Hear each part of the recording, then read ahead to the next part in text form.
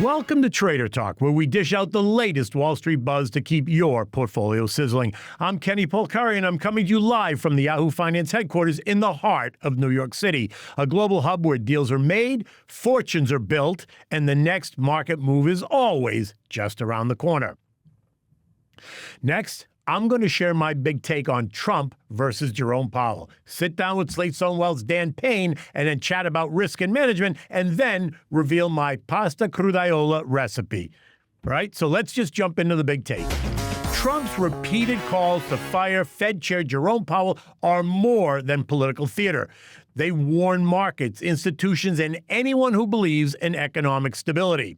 Whether you love Powell's policies or you hate them, one fact is apparent. Central bank independence is one of the anchors of global investor confidence. When a president publicly threatens the head of the Fed, the message isn't about policy, it's about control.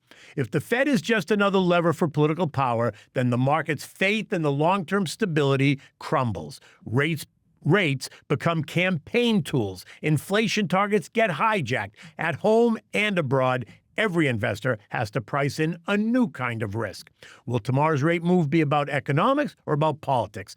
That's how you inject chaos straight into the heart of the financial system. History is clear. The more politicians meddle with the central bank, the more unpredictable and volatile markets can become. It's not about liking Jay Powell or agreeing with every Fed decision. It's about protecting the delicate machinery that keeps capital flowing and inflation expectations anchored. The bottom line, when Trump threatens to fire Powell, it's not just drama. It's a giant red flag for anyone with skin in the game. Respect the independence of the Fed or get ready for the kind of volatility that doesn't end with a tweet. The market might love excitement, but it craves stability. Undermine that, and all bets are off.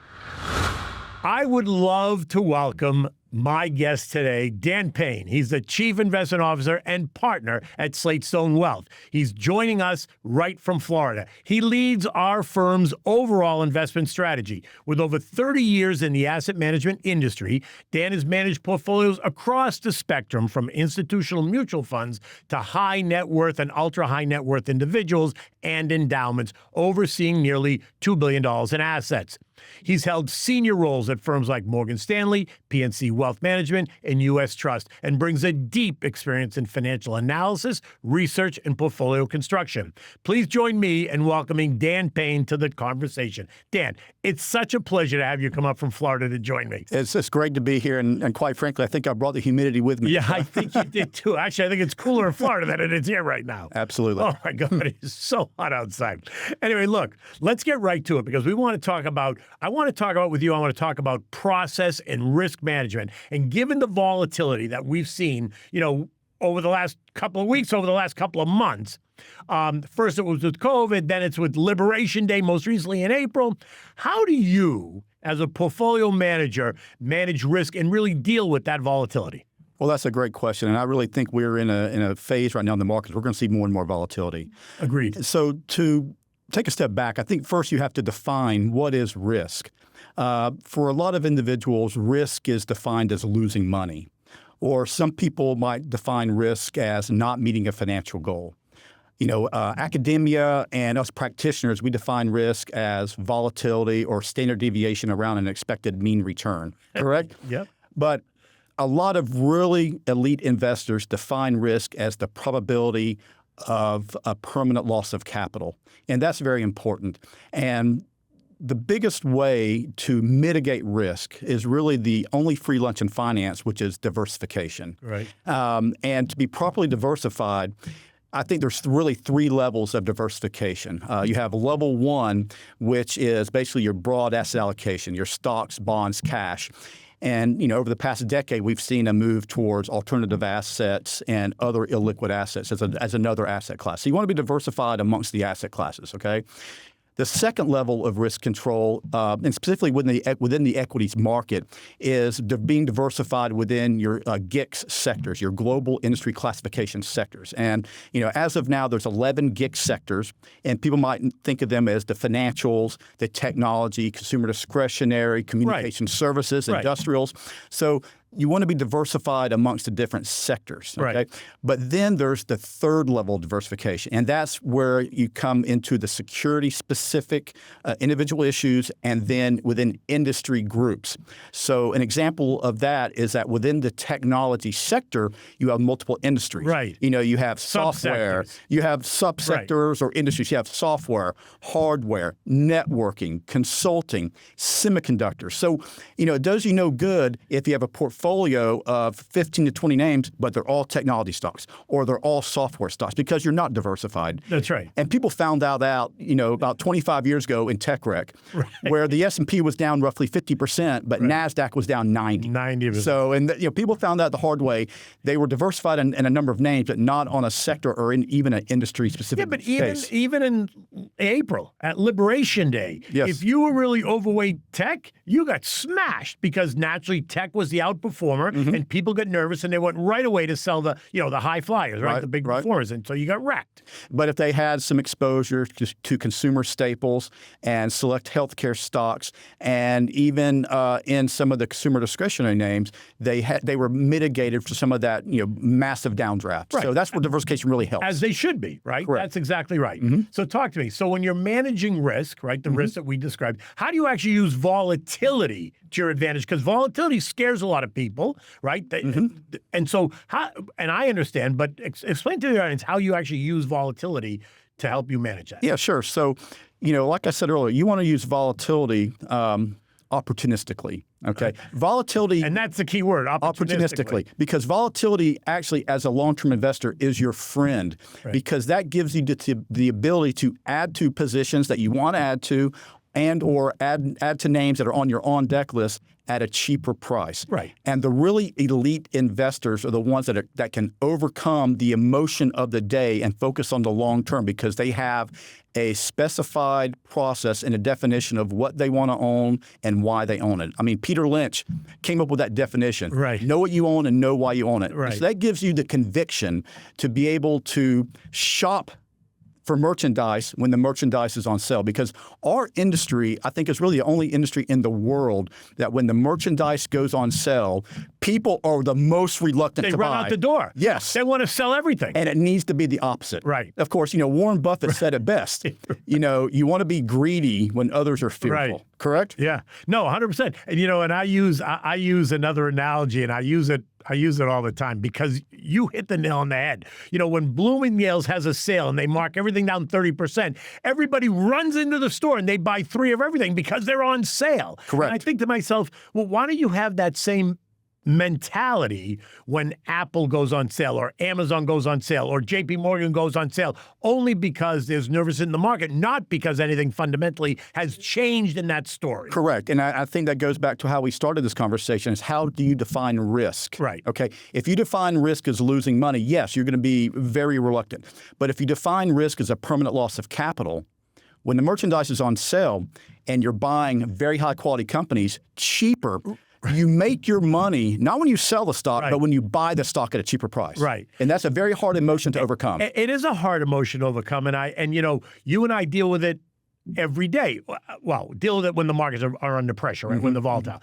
Certainly in April, I was fielding calls all day long. People getting nervous. What should I do? Should I sell? What? No. Just sit tight because, to your point, know what you own and why you own it. So let's talk about that. Let's look at this portfolio. Let's talk about what's in there, right? The biggest names in the biggest sectors, all fine. And in fact, we've seen the market rally back, and most people, I would say the majority of people, if you stuck to the plan and you didn't panic, you're better off today than you were. Much better off. I mean, a great example of that is we were down, 19.8% from closing high to closing low on April 8th. Yeah. And currently, as we sit here today, we're up 25% and roughly 67 trading days since that intermediate low. Right. It's been a very much of a V. And I'll tell you, I was one to say I didn't think the V was going to happen. I thought it was going to be more volatile. But in fact, the V did happen. Yep. And now markets are higher than where they were, and many of those names are higher than where they were. Yes. Right? Sure, yes. they got beaten up, but again, the good names get beaten up, but they're the first ones to rally right back. Correct. Because when people settle down and they're not emotional, they realize Why did I sell that stock? I got to get back in. And the cream rises to the top. And the high quality all the time recovers quicker. All the time. Mm-hmm. Okay. And that's where quality wins out. Quality always wins out. Okay, hold on one second. We'll be right back.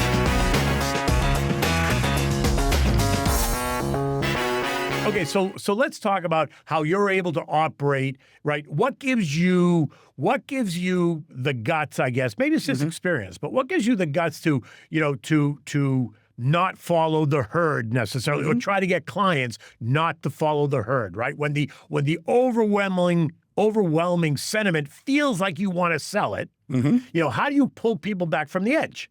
Correct. Yeah, that's one of the hardest things we deal with, is dealing with that emotion. Yeah. Really all investing and all of what we do is, it's a social science. Okay, and so behavioral finance plays a big role in that, in overcoming your emotion and the fear and the volatility and the fear of losing money. So the way you overcome that is by having conviction. So how do you have conviction? I think that's kind of where we're going here. Yeah. So you have to have a defined investment philosophy and process that you hang your hat on, that when the going gets tough, you know with conviction you can buy on the cheap. And so I think the key word is you have to have a process, and Correct. You have to feel comfortable about your process. And so you've designed, you obviously have a process, but you've designed this process over your 30 plus years in the industry. So so talk a little bit more about that process for you. Sure. So the process is one part of it. So I mentioned the first part. So we like to call it the 4 Ps, which leads to the 3 Rs. So the 4 Ps is philosophy. You got to have an investment philosophy. Right. The second P is your process. Okay. The third P, and this is very important, is the people behind the process. You got to have a good team of analysts, right. portfolio managers, and an investment committee behind you. Okay. Right. And then the fourth P is obviously performance, because what will happen is that the 3 Ps will lead to the fourth P. And the way you generate performance over time is through that process and philosophy. You buy things on the cheap. You make your money when you buy a stock and not when you sell the stock, because you buy at a good, attractive valuation. And so the 4 Ps, philosophy, process, people, and performance, what you have to have that is the 3 Rs. Your investment process has to be rigorous, routine, and repeatable. Okay? So the 3 Rs lead to the 4 Ps. And so through that, that's how you have the bedrock or the cornerstone to give you the gumption and the conviction to buy when the consensus and the herd says, sell, sell, sell, things are falling apart, the world's coming to an end. Right. And yeah, and it's so funny because when Liberation Day happened and everybody panicked, the mood went from, in the weeks prior, the mood was very bullish and people, and then suddenly the mood turns negative and everybody's screaming and yelling, which is to the point, is especially when you get clients that both you and I are talking to that get unsettled, and you have to really talk them through the 4 Ps and the 3 Rs and why the process works. Correct. And the fact is, look, if Apple or Nvidia or any of these JP Morgan, Bank of America, whatever, if any of these stocks are pulling back because the market is nervous, that's not a reason to buy those stocks. That's actually more of a reason sell those stocks. That's more of a reason to buy them. Yes, that's exactly right, because the underlying fundamentals of those companies have not changed. And so all you have is just a temporary dislocation from price and value. Right. So in your investment process, you should be able to determine what a stock is valued, okay? Right. And then there's temporary dislocations both above and below the intrinsic value of the stock. And so therefore, when you have a market dislocation, that is the opportunity to load up on a company at a lower price than where you value the company. Right. 100%. I said I was on Fox one day, and they asked me, it was in the middle of that sell-off, and Apple was down, and they was like, would you sell your Apple? I said, sell my Apple. I'm going to back up the truck and buy more. Absolutely. It's crazy that people, listen, first of all, I said to them, Apple makes $100 billion every 3 months. Think about that just for 1 minute. $100 billion every 3 months. And so, no, I'm not selling my Apple. But also, the story hadn't fundamentally changed. Not at all. For any of those stocks. Now, when the story changes, then you have to have another conversation. That's exactly right. And that's when you have to make a decision. Have the fundamentals changed so that the company will not be able to recover or compete further in the marketplace? Okay. And so during broad pullbacks, you want to own companies that when the pullback ends and the correction is defeated, those companies emerge stronger because they take market share from the weaklings. That's right. So you don't want to own the weaklings. You want to own the market leaders. Right. So in fact, you do want to sell the weaklings, right? That's when really you see the separation, right? And so I would say you'd want to avoid owning the weaklings. From the very beginning. That's why they get people like you and me. That's why we have the process. That's right. That's why the people like you and me. But if people are doing this on their own, then they recognize the weak and the strong, right? What's the weakest link in the chain, and that's when it becomes, I think, evident to them. But I think what's really interesting, and I think you make the point, it's really about having a process. Whether you're doing it with a wealth advisor and manager like you, or whether they're trying to do it on their own, they have to have a process that they're comfortable with. Yeah, and I've told people this over a number of decades. To effectively manage money, you got to have 4 things. And if you're missing one of the 4 things, you're not going to be able to do it as well as a professional. That's where it's a full-time job. Right. You got to have time, because it's a very time-intensive process. 100%. You got to have the desire. Okay, you got to want to do it. If you don't want to do it, you're not going to be successful. Okay, right. You got to have the access to information. So 20, 30 years ago, that was more important. Now I would say there's too much information. It's too much noise. Too much noise. So you got to ferret through the noise and know what information is correct. Okay? Right. So access to information, and the 4th attribute is expertise. Right. Time, desire, access to information, and expertise. And if you're missing one of those things, you're not going to be able to do it as well as somebody that's dedicating their whole life to it. And you know what I think is important in that conversation, especially now, because you're like 20 years ago, right? There wasn't nearly as much information available so quickly. But today, there's so much, and I call it noise because a lot of it is noise. It's right? information overload. Look what happens when a post comes out on Twitter that could positively or negatively affect the stock, how quickly the market reacts, because then you've got these smart logic algorithms that scrape and read every headline everywhere, and then they react ahead of everything else. And it might be frustrating at the time, but that provides the opportunity. That's exactly what it does. It's exactly what it does. Yes. And, there are times when you say, that you get frustrated when it happens, but then if you're agile enough, then you take advantage of it. Correct.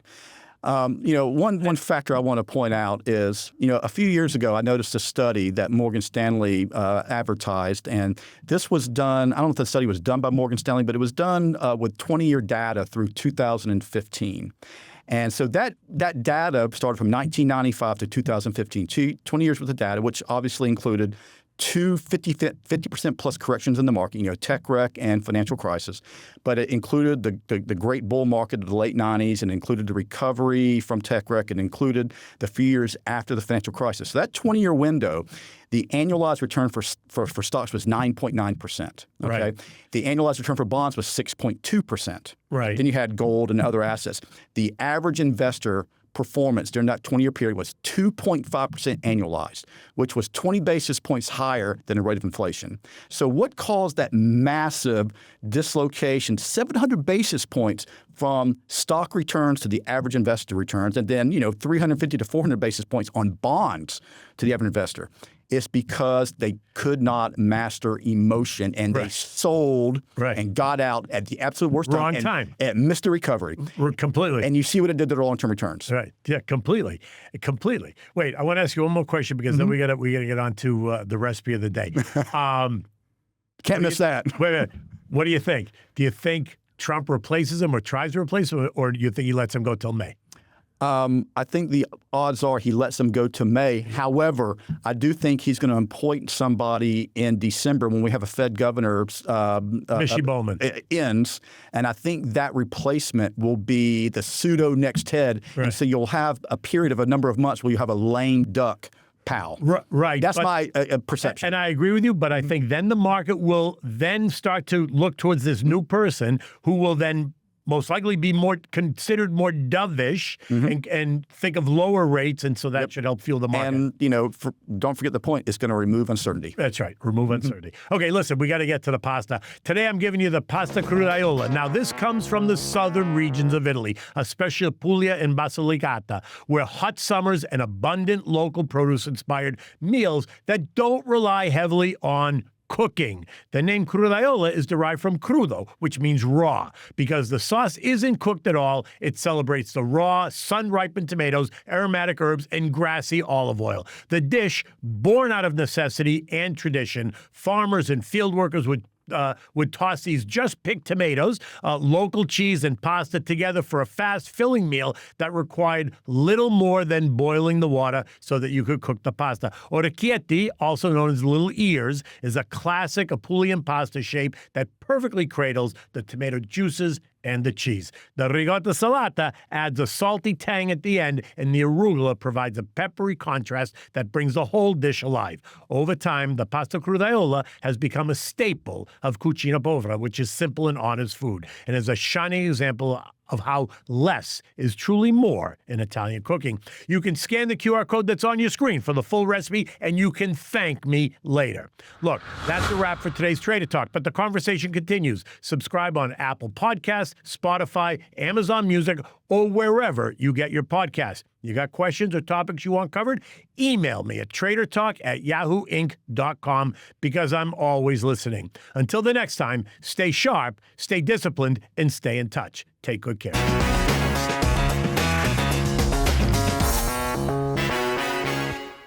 This content was not intended to be financial advice and should not be used as a substitute for professional financial services.